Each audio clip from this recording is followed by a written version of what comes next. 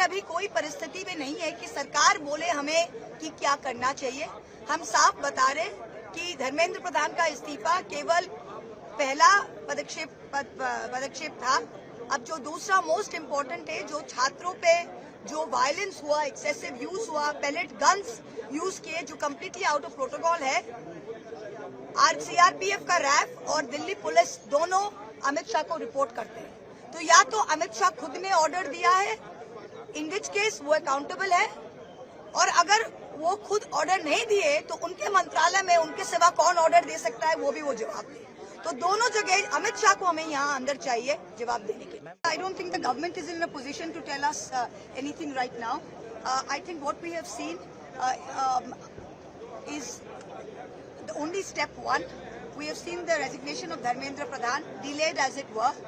What is most important now is accountability from the Home Ministry. You cannot have, in the largest democracy in the world, children, our children, innocent, vulnerable, peaceful protesters being dragged on the street, projectile action guns, pellet guns, and electric weapons being used on the children, and no accountability. We have seen in Bihar yesterday and in Bengal that full-page ads have been taken out identifying children. In Bengal, over 70 protesters were picked up, and part of this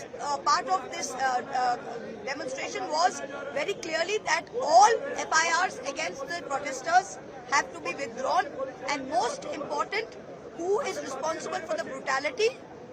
Both the CRPF and the Delhi police report to one man, that is Amit Shah. So either Amit Shah gave the orders, in which case he must answer, and B, if he is the minister and he didn't give the orders, then also he must answer. We have seen that the CRPF RAF IG, the first woman IG, has herself admitted that excessive use of force and out of protocol systems were taken up on that day. An investigation has shown over 7 rounds of PAGs were used, pellet guns were used.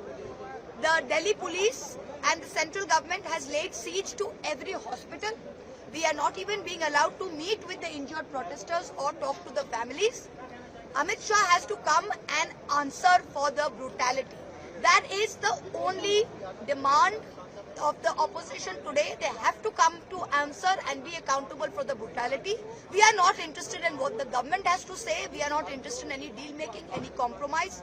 This is the most important, that he must answer for the brutality. Subscribe to One India and never miss an update. Download the One India app now.